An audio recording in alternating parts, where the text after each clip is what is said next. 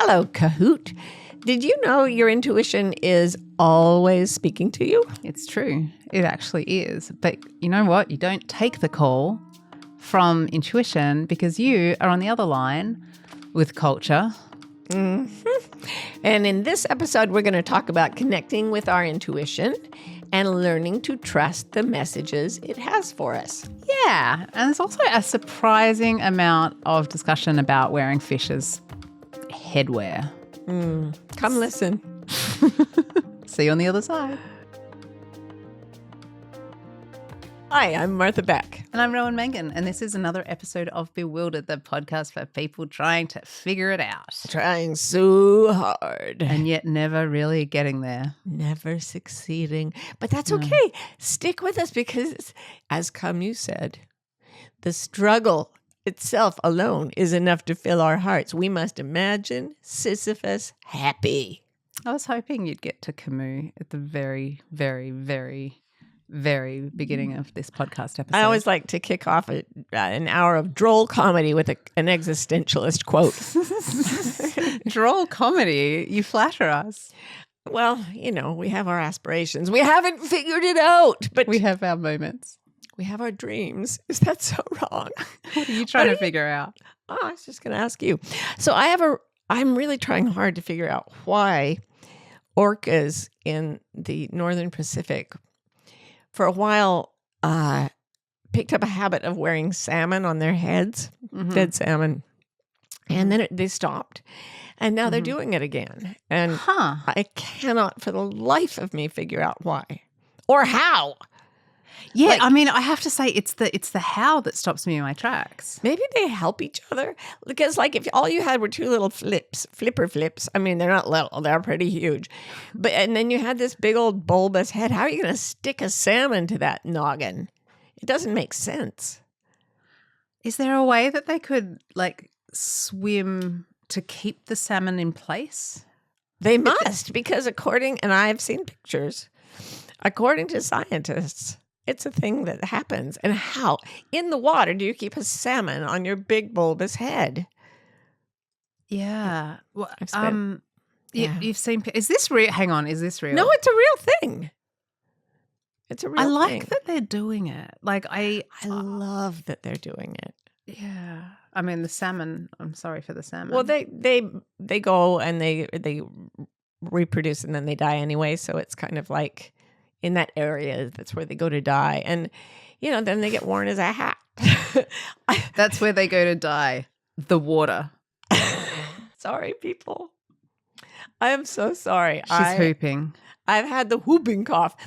The same week that I had eye surgery on both eyes. And let me tell you something.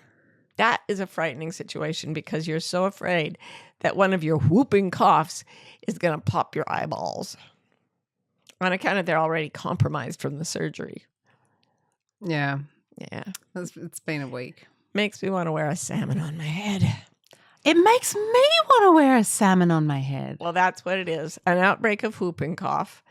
Think what that would be if, like, you were out with the orcas and you were kayaking there and it came up and then had a whooping cough attack. I just through its blowhole. I just like the idea of an orca swimming up to me with a salmon on its head. That would be so tender and terrifying because they are really big. So, yeah, that's what I'm trying to figure out. And I don't expect to be successful. But, you know, the struggle, etc., Camus, that. So what are you trying to figure out? Maybe for the orcas, it's like a soul patch. Do you know what a soul patch is? Little it's like it's like a little beardy thing. It's like a little tiny beard that is just right, sits right under your lip. Maybe that's the equivalent on your soul. Yeah, maybe that's what the salmon is, or like a little bow tie or something. Aw, I wish I knew what statement they were making. I know, because they're thinking thoughts. Those critters. They are elaborate thoughts about us. No doubt. Yeah. Oh, and we judgmental thoughts. We deserve their judgments. We do deserve their judgments. God knows we do. Oh, Marty. What are you trying to figure out, Rowie? I had a weird experience the other day of unexpectedly finding myself scrolling through my iPhone list of alarms. Have you ever done that? No, I find it alarming. Oh, you're better than that, Marty. Come on. No, I'm not. I'm really not. Are you not? No. I Okay. popped my eyeballs. Now we know. Yeah, and you know how you can label your alarms, and in fact you should. Oh, yes, in you my should. view. Mine usually just say things like Saturday because it's on Saturday. Yeah, you have trouble telling Siri. You panic when you talk to Siri. You go I like, do. Siri, on the morrow, please forbear upon me to just remind me that we must imagine Sisyphus happy. And then Siri goes, all right, I will tell you to check your Sisyphus. Which, when you say it, sounds dirty. It does actually. It does. I meant for like lice. Yeah. Yeah. I said the other day, what was it? I said that people were trying to capture me and sell me. And you said, for what? For meat. For meat. And you said no for traffic. And I immediately saw you in like a high-vis vest, like doing this directing traffic. Oh, dear.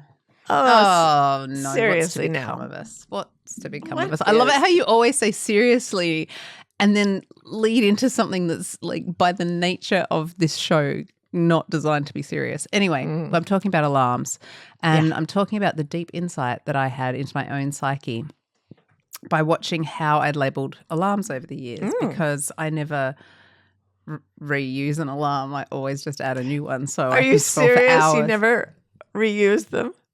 No, because I tell Siri to set them all. And so it's just, I just feel like I was doing this. I was looking at all the old alarm labels and thinking, this is like how my night person speaks to my morning person. Like this is how that conversation happens. And so there's the obvious ones like sweet potato in sweet potato in oven. Sweet potato and onion in oven. Sweet potato in onion is less clear to me how that would happen. But kind of a fun challenge. Yeah, like a turducken. Yeah, exactly. Onion or something. An onion. Gravy, stovetop, all those ones that everyone has. But then there's also these really like one of them says, and it says it in this tone of voice, "Get up, dermatologist." In all caps. I always love it when I set my alarms in all caps because it shows that I'm trying to be really stern with my morning person. Committed. And I don't trust her. Like I do not trust her. But there are it's so funny, Marty. Like a lot of them use the term last chance. Last chance. Like I have alarms that say last chance shower. Last chance shower. Oh my God. It's like you're having a closeout sale on your life. It's really real. Because I'm like, in my mind, it's like, okay, well, she's going to be able to get out of the door, but not with a shower. So I'm going to have to like set this up. I saw one that just said, "Marty, shave my head." Sorry, I've got the whoops. You've got the whoops. In Australia, they're hoops, and I don't know hooping why. cough, like because you're more constructive. You are more making hoops, things that can function. You know, good mending the hoop of the cough. You still spell it with the W. Anyway, really, you still spell it with the W? Yeah. Well, that's just nonsense. Yeah. No, it doesn't make sense. I never claimed it did. I have one that in all caps, and I have no idea what this is about, but it must have been something medical. But for whatever mood or whatever, I have an alarm that's set for like 2:30 in the afternoon, and it's all caps. My favourite ones are all caps, and it says, "Weigh thyself." Why did I need to weigh thyself at 2 p.m. on a Saturday? At 2 p.m. on a Saturday. I think that is what the Oracle at Delphi said. Weigh thyself. Yeah. I had one that says, remember the Teddy stuff? Remember the Teddy stuff? I had one that said, Teddy Roosevelt. Lila and construction vehicle prize. Are you going to feed our child to a construction vehicle? It's anyone's guess, but I'll leave the listener with my favorite alarm that I found in my list. Okay. That says in all caps with a lot of exclamation points after it, set for 7:15 a.m. Okay. Says all caps, exclamation points, lotion, etc.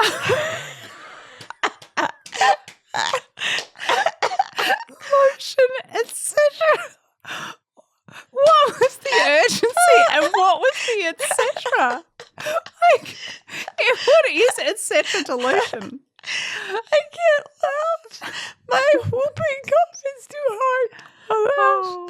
Lotion, etc. Lotion, etc. For the love of God. 7:15 in the morning.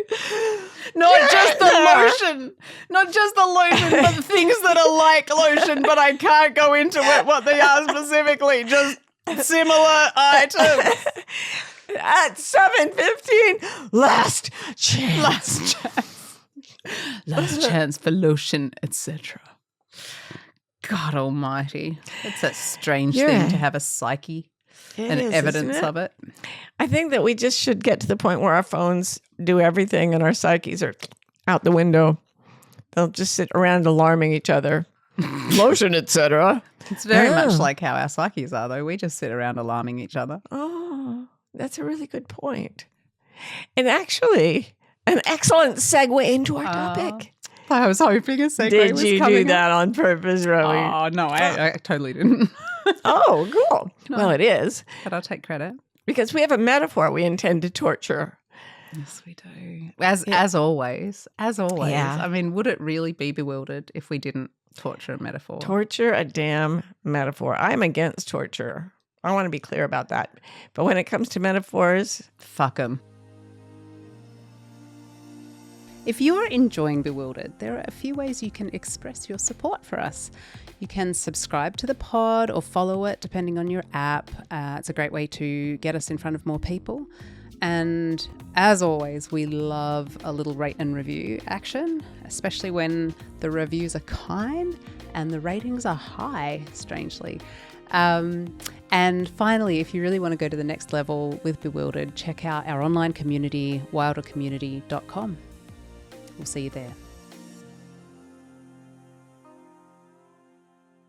We are thinking today about...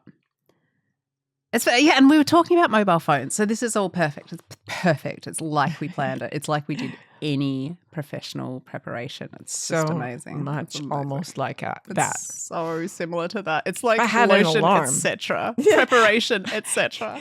You had an alarm that said professionalism, etc. at 8:15 p.m. on Wednesday. Okay. So explicate. Missed calls. Missed calls. Call waiting. We haven't quite decided what's the perfect metaphor, but it's something to do with your telephone. Missed calls from destiny. And what we want to talk about is our intuition. Our intuition. Yes. Because as I always say, our cell phones are electrical devices that communicate wirelessly. And our nervous systems are electrical systems made of meat. Why should they not also communicate wirelessly? And I think they do. I think intuition and calls from destiny are a thing. So there. So speaking of meat, do you remember in Battlestar Galactica when she has to learn to pilot the Cylon ship, but the Cylon ship is made of meat? Yeah, it's alive. Okay, number one, I have no idea what you're talking about because I never watched Battlestar Galactica. Number two, who the hell is she? Is it like, I don't know. I think I've forgotten her name. I think she's called Starbucks. She's really, really hot. Starbucks is good. She looks like, I don't know, She looks like if Kate McKinnon wasn't joking. If Kate McKinnon was serious. Oh, she's so gorgeous, Marty. Oh, so it's not like Shirley Temple or somebody just out there. And then the third thing I was going to say is, what the F, a meat ship? That is the most disgusting thing I've ever heard. Except for we are literal meat ships, so. Yeah, to your point, I was agreeing with you. I was expanding So she has to get on there, and it's made of meat. And what does it do? Does it like try to bite her? No, I think I don't know if she ends up like doing it psychically, but I can remember her like reaching out into the meatiness and sort of starting to figure it out. Ew. I don't know. Ew. Maybe Starbuck is the guy. No. Starbuck is the guy on the Pequod in Moby Dick. Really? Didn't you know that's where it comes from? I'd forgotten.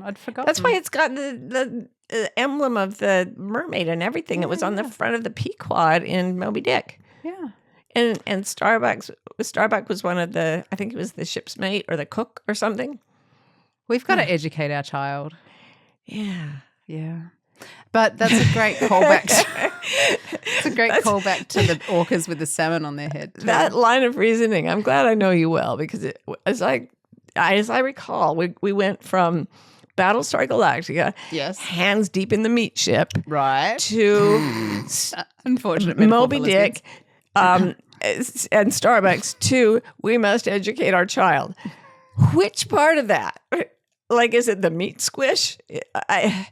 Is it Moby Dick? Does she go into a whale and try to run it like a? Yeah, I don't know. Do you know what, Marty? The answer to that question is that I am so complex. I have such a complex mind that I don't even know myself. That is so deeply cunning of you. Right. Yeah. So your intuition or your destiny is all right. So here's the metaphor. Let me spell it out. You have a destiny. Yeah. It speaks to you. Yeah. Via your intuition. That's the message. That's how the phone of course. line, metaphorically, I want to say. And then but the thing is about our culture is that we're not listening. We're not picking up that call. We're missing the call. Yes. Guys, we cannot, folks. And here's why. Go on. Here's the metaphor. Okay, lay it on me. Still in pretty good shape at this point. So we're wireless devices. Right. We're getting signals that are telling us what might be best for us. You know, in a moment, like don't go down that dark alley kind of intuition. Right. And in a broader sense, like you have a destiny, like maybe learn to drive a plane because it's part of your destiny or something, right? They're big intuitions and little intuitions. Yeah. And they're wirelessly communicated like calls. But we are always already on a call with culture. Yes, we're plugged in. It's like we're on a Zoom meeting with culture. Everybody, like mom, dad, the siblings, the cousins, the teachers. Whole Brady Bunch. Yeah, everybody that ever conditioned us, their little voices are always like coming at us. Oh, don't do that, do this. And we're so plugged into that we never even hear the call coming in. Or we just kick it to call waiting or something. No, that's a bit of a 90s reference, I think, Colton. Okay. So, no, I think the thing is it's a missed call. It's a missed call. Yes. It's a missed call from destiny. Mm-hmm. So, all right, fine.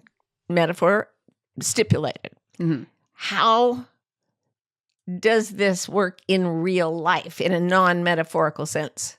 Because there is a way that I believe your destiny or your true self or whatever it is actually is trying to get your attention and actually does offer you suggestions, instructions, sometimes some really useful planning advice for the future. So there is something coming in.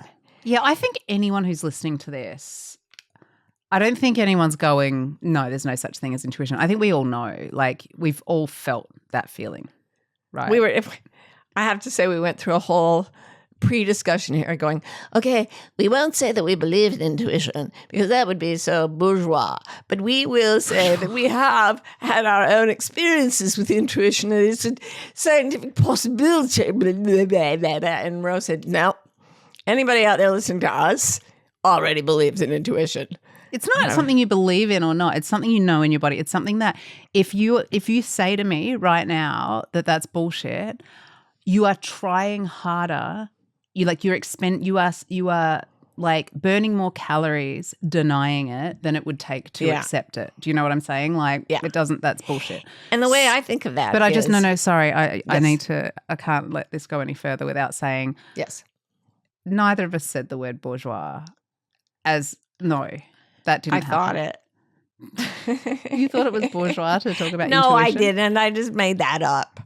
You are a funny, funny woman, Martha Beck. You were like an orca with a salmon on its head. Thank you. That's in style. Does this make me look bourgeois? You're making me cough and my eyeballs will pop. So what's interesting about this is that the culture will say to you, if you can't see it, if you can't measure it, bewildered listeners know this, then it does not exist, right? That's what the culture tells us. So they're like, yeah, burn that energy saying that when you have had a very strong feeling not to do something and listen to it and then later found out, well, thank God, or whatever it is, like that's clearly the culture. But I want you to tell a story about a telescope. Oh, yeah. That's a good thing. So there came a time in my life when I was having so many experiences that were not, they didn't conform with the idea that reality is strictly material. They were, little psychic flashes and sometimes pretty damn big psychic flashes, I have to say. So I had a decision to make. I either had to cut out a large and very startling part of my experience and stick with the culture I'd been educated in, or I had to free my mind from the culture I'd been educated in and allow that these non-material, spooky wooky things were actually real and deserved my attention. And I had to pick up that call. Yeah, it's a particularly hard thing to do because the culture has built into it that sort of sneering, condescending attitude towards it. So it does actually take courage to make that movement, right? Yeah, yeah. I was talking to someone the other day who had gone to a convention of some kind and felt something very negative about someone else at the convention and just wanted to steer around them, and then met someone else who said, there's something really strange about that dude. I just want to stare around it. And the person I was talking to said, isn't that just absolutely wild? Like neither one of us had talked to him. And we just both had this feeling that is just incredible. And I was thinking, man, we are like, I think all animals are aware of energy. All babies are aware that we transmit and receive energies.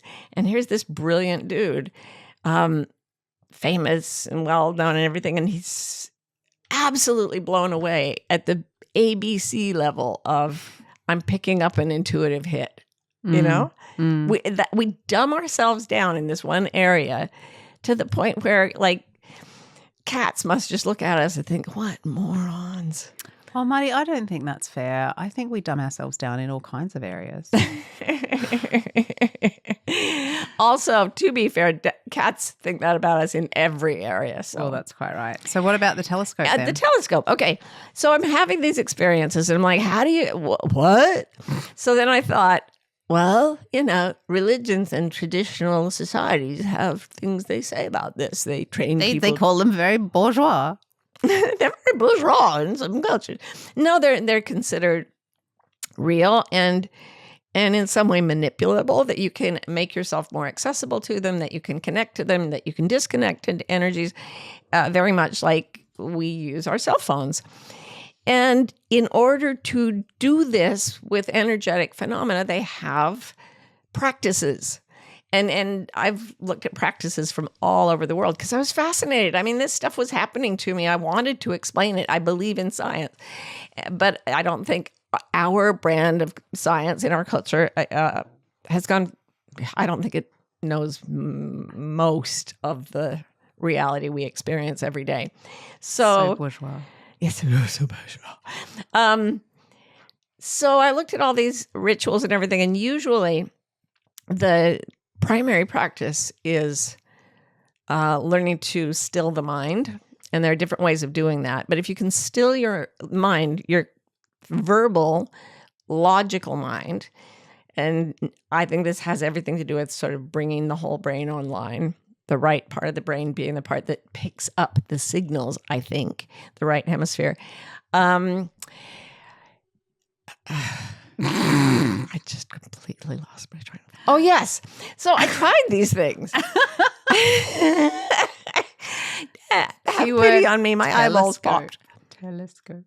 Telescope. I did these practices. I would do these things to still my mind, and it would, in fact, allow me. I had more psychic things happen, and I had more energetic accuracy, and I was able to test it, and it worked. And then I would say to someone, I think maybe those things could exist and are real. And they'd be like, how bourgeois of you. And I would say, well, have you ever tried stilling your mind? They'd be like, why would I still my mind? My mind is the best thing I've got going, and I will never still it. And I'd say, well, if it's got a salmon on it. Have you seen it? It's very bourgeois. Magnificent salmon. So, no, I'm not going to do those practices. They're ridiculous. We know those things don't exist. And I thought that is like saying, we know that there are no rings around Saturn because we can see Saturn and there are no rings. And if you do, the telescope in this analogy is like a metaphysical practice that allows you to focus in. So you say to someone, well, come look through the telescope and you will see that Saturn, in fact, has these magnificent rings. And they would say, why would I look through a telescope? I'm looking with my eyes. I see reality. Your telescope is bourgeois, is bullshit, actually, bourgeois bullshit. And no, I'm not going to look through it. And they would continue to believe in the reality that they were seeing without the instruments that could make their perceptions more acute. And I think that's what we do in our culture. We refuse to look through the telescope. Yeah. And tiny little flickers of intuition come in, and maybe we allow them in like at a time of great grief, when we've lost something or someone, or when we're in intense physical pain of some kind. And it's like, I think I felt a flicker of something. Dude, if you use the practices that have been discovered and employed by normal people all over the world throughout history, you can pick up a lot of stuff. But even without it, I mean, I think a lot of for practices or whatever, a lot of it is just like ceasing the resistance a bit. It's like what I was saying before about it takes more effort to disbelieve sometimes than to just go with it. Yeah. What about you with the walking stick thing? Yes, that was really interesting. We were talking about, had we ever had experiences specifically of intuition coming in, and not in a way that is like, you will marry this person and move to France or whatever. It's something that's become the bourgeoisie. Yes, you will enter the bourgeoisie. Just something that represents the usual sort of sound of intuition. Because here's the thing. When our culture does believe in intuition, it tends to equate it with anxiety. Say more about that. So usually people think of intuition as warning them against doing something dangerous. Your example about the person at the convention that everyone was avoiding. Right, exactly. But that is not the way I experience intuition. We'll talk more about this in a minute. But the way I experience it is like this. I was getting ready one autumn to go on a long walk in England with a bunch of new friends. And we did these walks where you go from village to village. Every day you walk all day for like a week. And it was like 85 miles in total. I did 75 because I had to do a day off. Someone I loved was sick. But the point is, I walked 75 miles in 6 days. And as I was getting ready to go, why are you smiling like that? Because I have a new drinking game. My 75 miles in 6 days. Specifically, I've even said this to our beloved Kit. That 75 miles is one of my new drink terms, along with Harvard Down syndrome. You near-death experience. 75 miles. I walked 75 miles to Harvard with my child with Down syndrome. There, just drink until you just are lying face down somewhere with a salmon on your head. Again. But that was, for me, it's like It's very impressive, my darling. I can't believe it. It's astonishing. I'm so proud of you. After you do it, you can be snide. No, it really wasn't nearly as big a deal as I thought it was.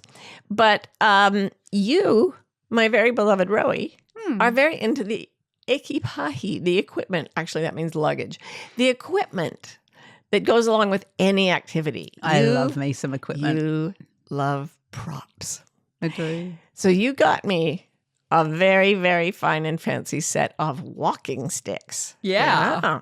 Mm-hmm. The thing about them is they make it harder to walk.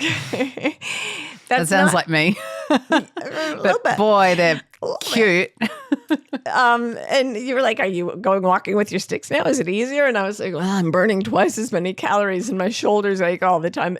It's really quite something to walk that far with the sticks going. How far specifically? About 100,000 miles, give or take. I round up. What can I say? So I used them a couple of times walking around Pennsylvania where we live, and they were a lot of extra effort. So I wasn't going to take them because you also want to cut weight when you're doing a long walk. You're carrying everything in a day pack on your back. And so you need light things, and I didn't want to put the sticks in my backpack.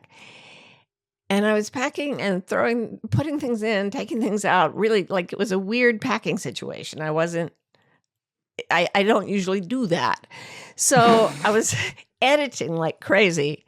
And you were helping me because you've done long walks. And you'd come in and like pick up a tube of like lotion, etc. Lotion, etc. and say, this is heavy. And I'd be like, it's 100 milliliters. And you're like, that's going to be too much. So I wasn't going to take the sticks. And I got finished packing and something said really, really calmly, but very strongly, take those sticks. And I was like, no, wrong. They don't help, blah, blah, blah. Take those sticks. Very calm, very strong. And it would not stop. So I put them in my backpack. The voice stopped. It wasn't a real voice. It was just sort of an idea that formed in my mind. And then like 2 days into our walk, which turned out to be much hillier than I had expected, I found out that walking sticks are amazingly helpful when you're not on a paved surface and you're going up and down hills. It really, really, really helped. And that's the only reason that I walked 87.3 miles in 2.5 days. Let's just get this straight. Yeah.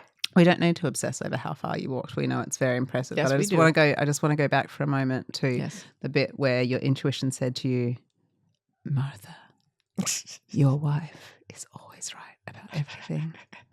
Do as she has suggested. In this and all things. I love you. The force is strong in you. That often comes to me when I use the tiny earbuds you gave me as a gift. Pre-programmed. Wireless. So that was my point, was that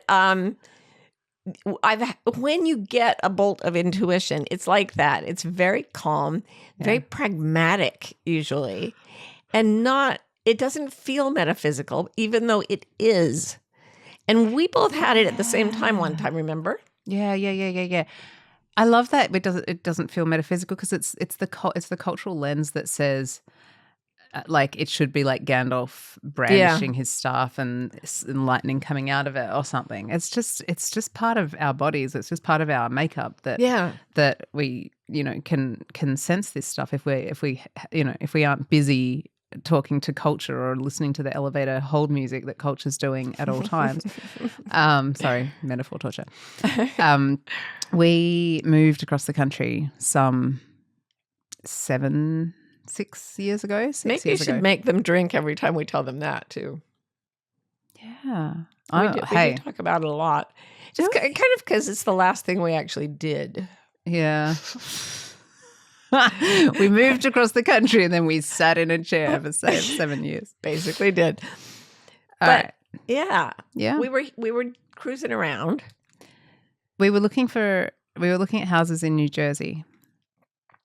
I don't know why that sounds so funny to my ear, but it does sound really funny to my ear. Our friend Liz said there's this cool part of the country. It's really nice. You'll love it. Come and live here. And we went, all right, because that's how we do. But also, it must be said, something told us, move. Go to a different place. Yeah, that something was Karen. That's true too. Sometimes intuition speaks in the most unlikely voice. No, it was a very clear message that we all received. And so we were looking at these houses and then there was something, you know how it comes up and there was something just over the river because this is part of New Jersey. It's near the Delaware. So it was like over in Pennsylvania. And we just both had this strange but yet unremarkable experience of driving across on the bridge across the Delaware River from New Jersey to Pennsylvania. And both of us had this like, sort of thing. Like it was just like this relaxation or this sense of, oh, that's it. Yeah. It is probably the best way to put it. Just like okay, now we're, the flavor of this soup is right. It felt clear and obvious and open and just better. Just better. Nothing against Pennsylvania or New Jersey. Nothing against New Jersey. Nothing against New Jersey. No one's ever said anything home against of the finest turnpike this nation has ever seen. Yeah. And that's just for starters. Beautiful turnpike. But it just, our intuition, our collective intuition signaled to us it was almost like this huge clean breath that we both inhaled and just felt like, this is better. We literally are a stone's throw away from a place that felt distinctly worse for no reason. There was no geological or geological. It was just like static. Like we work with someone who talks about the feeling of static a lot. It was just like it was a bit more staticky. And this is in the context of like it's your destiny talking to you through your intuition because everyone's is unique. And the whole thing was just we were just being steered where we were supposed to go. Yeah. And it's not where other people were supposed to go. Yeah. Everybody else is supposed to go away from where we are. I feel like there's 3 reasons that we miss that call when it comes. Like that we have a tendency in our culture to kind of ignore it, let it go to voicemail. Sorry. I can't help it. I get waylaid in the beauty of the metaphor. Let me give the metaphor a little, how do we give it anesthesia so we can just keep doing this? Just give it a little tickle.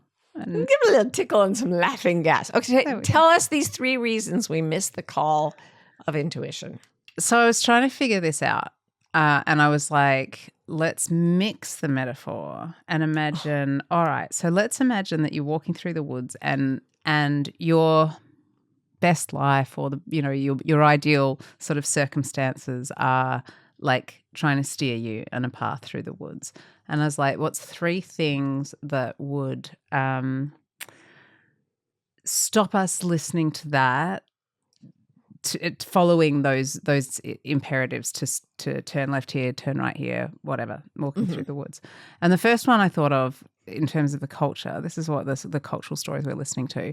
The first one is like, quote unquote, reason. Like, well, you wouldn't want to go down there because clearly, I once read in my Boy Scout manual that blah, blah, blah, blah, blah. That sort of thing that overrides empiricism and all of that, which will find a way to belittle what you're feeling and override it, right? Yeah. Trying to go with what is called logic and evidence by the culture, but is in fact very tightly selected. So it's called evidence. Our scientific culture talks about certain things being solid evidence and certain things being solidly reasoned, but actually cuts out a lot of what we all experience empirically ourselves in our own lives, which, the goal of science is supposedly to be parsimonious, to take all the evidence and give the most, give the explanation that comes up most easily. And what you were saying before is people will talk themselves blue in the face to explain around an intuitive event without acknowledging it. Then maybe it's just that we can pick stuff up sometimes. So what you're saying, this is blowing my mind. So what you're saying is the culture of science has actually kind of is consistently interfering with the spirit of science. Yes. Like the actual what science is supposed to do, because you're absolutely right. It is empirical, these nudges that we get. Yeah, it's everything we experience is through our own lens of subjectivity. So when we get a very strong signal to do something that doesn't come through what our culture considers empirical means, we need to just, it violates our true nature to ignore that or to say it doesn't exist, but we have to do it if we're going to fit in with culture. Right. Talk about, sorry, I don't mean to just remote control you, but I do this sometimes. Lisa Miller talking about her research and the way that the academic kind of Lisa Miller is bastion. She's a brilliant psychologist. She's Ivy League all the way. Was at Stanford for a while, I believe. I think she's now at Columbia. And just absolutely impeccable research. Brilliant, brilliant mind. And she and her assistants went through this huge data set on all these different variables about people's happiness and health. And it's just kind of a big general national survey, I think, in the U.S. Huge number. And they combed through this long questionnaire, and they found exactly one question that could have some connection to the spiritual perspective of life that has been considered real by most cultures throughout history. And it was something about religious participation. So Lisa Miller and her assistants ran all these statistics on this one variable. And what they found out is that it had a massive positive effect on health, on happiness, on relationships, on job satisfaction. Pretty much any variable you looked at other than that was positively affected by this one question. If people said, yeah, I do, I have a spiritual community or something. Or some sort of sense of spiritual life. Some sort of religious life is what it was. Oh, was it religious? Okay. Yeah, because that's what they asked about on the survey. You don't want to ask about spiritual phenomena. You just say, do you go to church? Because that's something you can measure, right? Right. And it just, but the numbers were absolutely stunning. The effect of this one variable was unreal. So she has done a lot of subsequent research where she's shown definitively time after time that people who allow for a spiritual dimension in their own experience are just much, much, much healthier and happier mentally and physically than most other people. So she presented this work at an Ivy League seminar, expecting, a standing ovation because the statistics were so You dramatic. don't know that she was expecting a standing ovation. Oh, I don't know, but she describes it in her book of just being so excited. Yeah. And I think her book's called The Awakened Brain. I should check on that because it's a terrific book. But she talks about being so excited to present these findings and putting them up there, and just like the silence was deafening. And afterward, people came up to her and said, yeah, you're really going to have to work to find the hidden variable in the data that will account for your findings. Because But wasn't it? I remembered this as that they would say, well, of course you haven't considered that. And she would say, no, we controlled for that. This is how. No, you haven't considered that because it could have been this. And then she would say, no, we did control for that. Like we have actually done I think this people study. did poke at her that way. That's one of the ways people get challenged when they have sort of unusual findings. So there was a lot of that. But then there was also just a general consensus that, well, she had pretty well controlled for all the data, all the variables they could think of. So there was a hidden one that was going to explain how some kind of spiritual life made it seem that people were happier, but actually it was being filtered through something empirical and physical.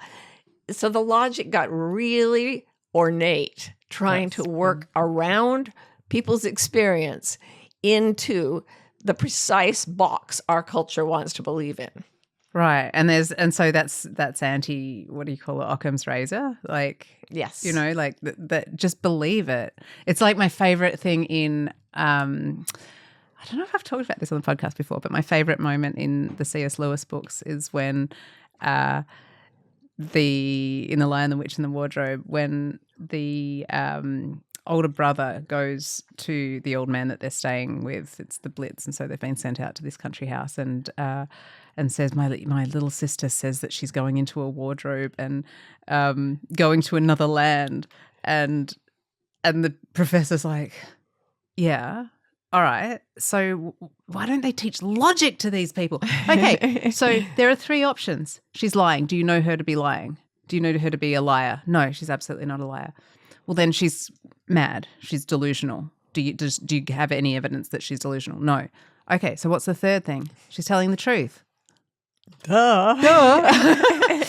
It's like that. So, I mean, all of that to say, so that's one reason that we missed the call from Destiny. I have one right? other. I have to slide in another. This really drives me crazy because I had this white light experience that people, similar to what people experience during near-death experiences, and they will all say, and I will repeat, that it's more real than the realest thing you've ever experienced. But the way scientists explain this is that they say because this phenomenon occurs everywhere on Earth and people who've gone through the same set of circumstances describe it exactly the same way, that means we know for sure it's a product of the brain. And I'm like, my God. Okay, people all over the world also report seeing a moon that waxes and wanes up in the sky. People all over the world claim to see it and see it getting bigger and smaller and blah, blah, blah, which proves that the moon is a product of the brain. No, maybe it's just there. Marty, what are we defending? Like what, this idea that it would be less work to just say this is real. So what is it that we're defending when I say we as the culture, as the scientific voice of reason? Like what's being defended there? Because it's clearly a defensive posture.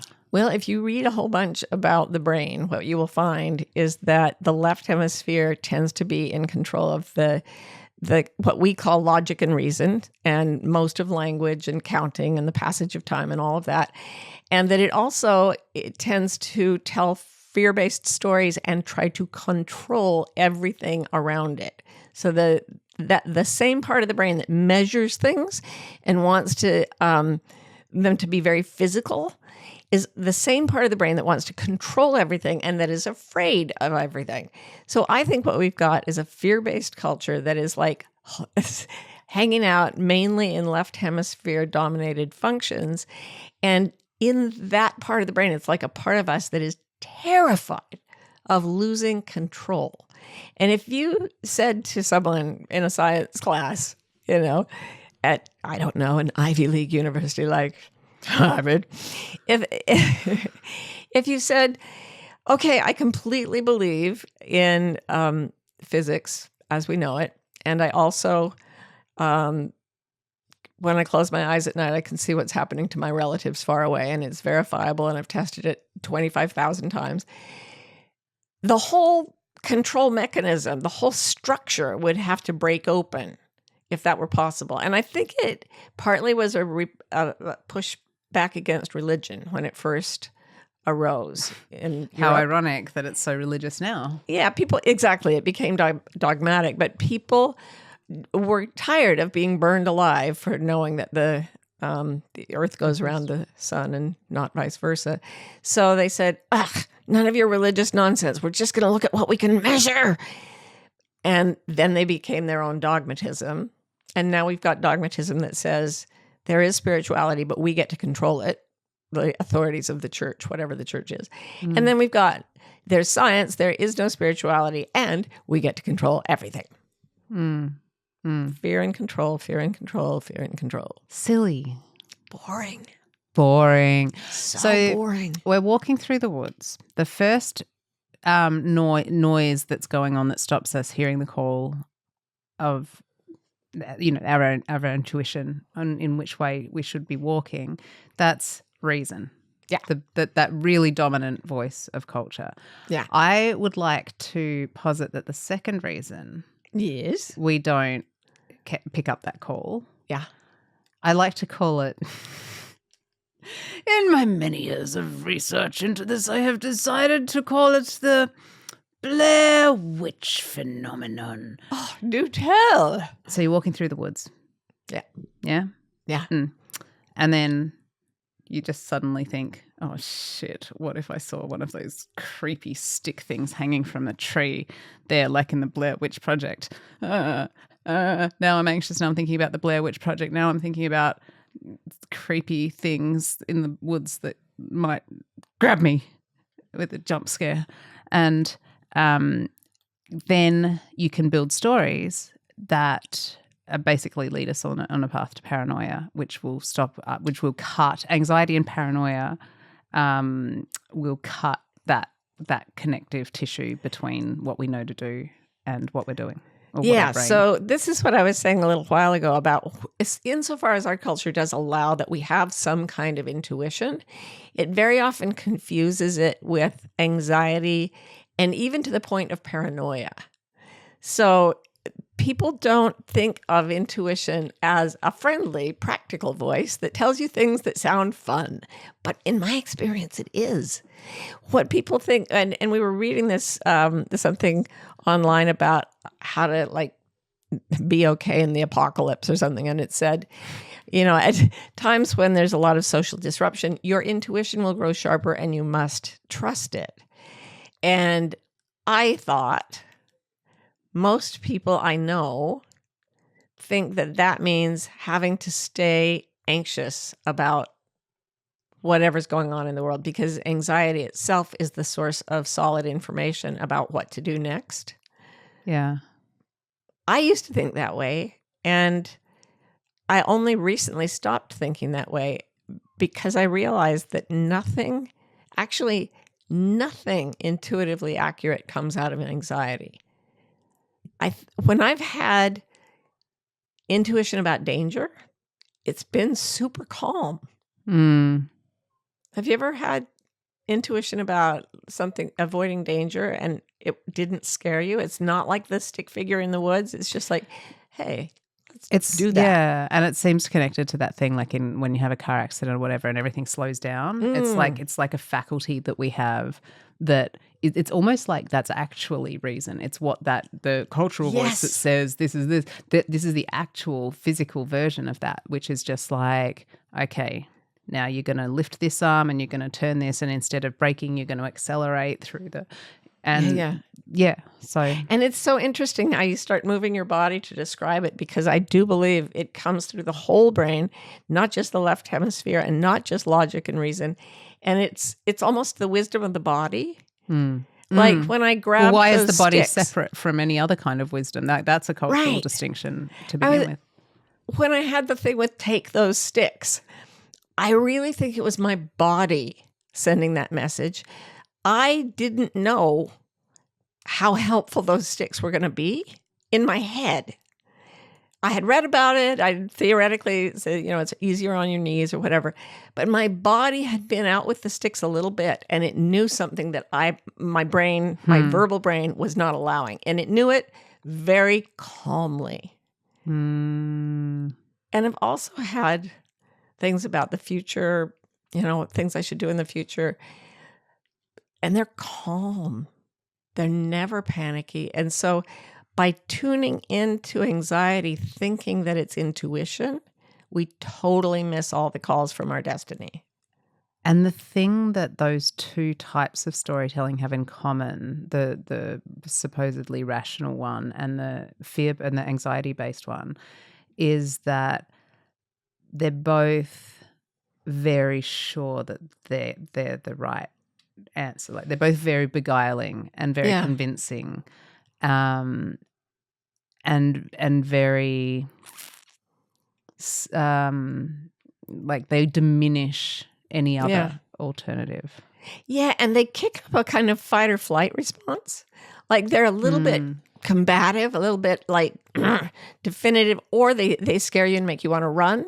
So if you I get didactic immediately. If I feel anything that is fight or flight in a message, I don't think it's real intuition. I think it's just something I've learned to be afraid of. That's so interesting. Yeah, I think that's a pretty good rule of thumb. And then I think there's this is my third type of story that goes on in our brains that stops us picking up the call. And you described it so well when we were chatting about this. It's the phenomenon where people will say something and then they'll say, well, maybe this is just me.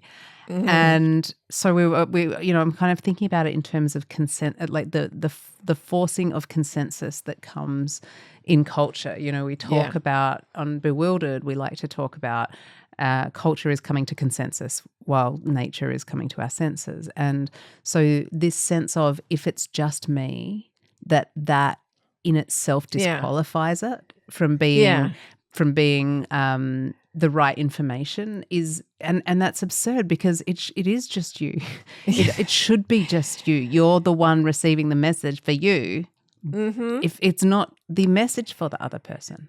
And that's so interesting because it requires a kind of courage, and not the courage of being afraid and moving forward anyway, but the courage of saying, there is no force outside me. There is no group of people outside me that can give me the instructions to find my destiny.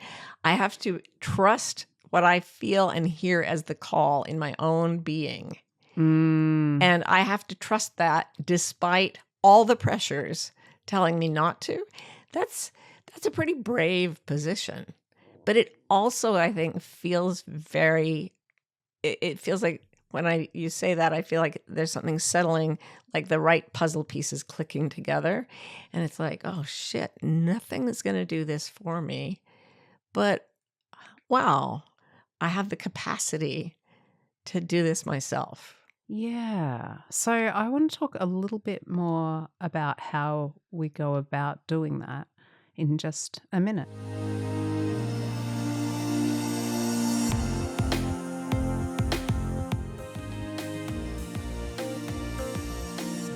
Okay, Marty, real talk.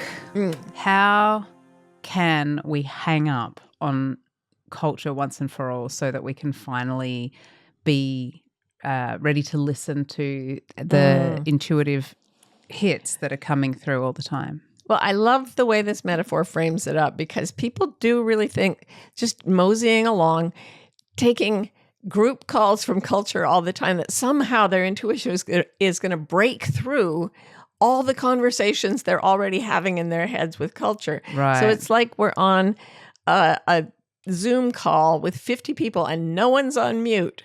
And right. We're trying to listen to every single person that socializes us. And someone else's dog is barking over here and someone's kid is screaming for something. And we're thinking, I wish I could just figure out what to do and trust myself and find my path forward. You actually have to hang up occasionally. Hang up on culture. So is it fair to say then that like a good clue that what you're hearing is not intuition is if there is that kind of feeling of clamor? Yes. That if you can hear many voices, it's quite probable that none of them are your true nature. Right. If it feels like, and so people who are dithering or trying to process logically can hear all these different arguments. When there are multiple arguments, that's not your destiny calling. Yeah. That's right, and that's interesting because it's that trying to come to consensus. Like what you're then going through is a process where you're trying to make all the voices agree, rather than sinking into your body and coming to your senses, where there is, at least at the beginning, there is some sort of silence. Yeah. So we're back to Pascal's statement that all our suffering comes from the fact that we are unable to sit quietly alone in a room, because that is the best way to get intuitive hits, is to take time every day. When I was packing to go on that trip and the sticks thing happened, it was so difficult for me to think logistically through this thing that I'd never done before, that I had to like make everybody leave. And I had to pack by myself. You advised me many times, but then I had to get by myself. And it was in the moment when I was by myself and I had sort of finished and I was just looking at it and I stopped worrying. And then take those sticks. And it was not like, I'm not going to like change my life and go live in a bunker in Colorado based on these things. It was a very, very pragmatic thing, but it came from silence.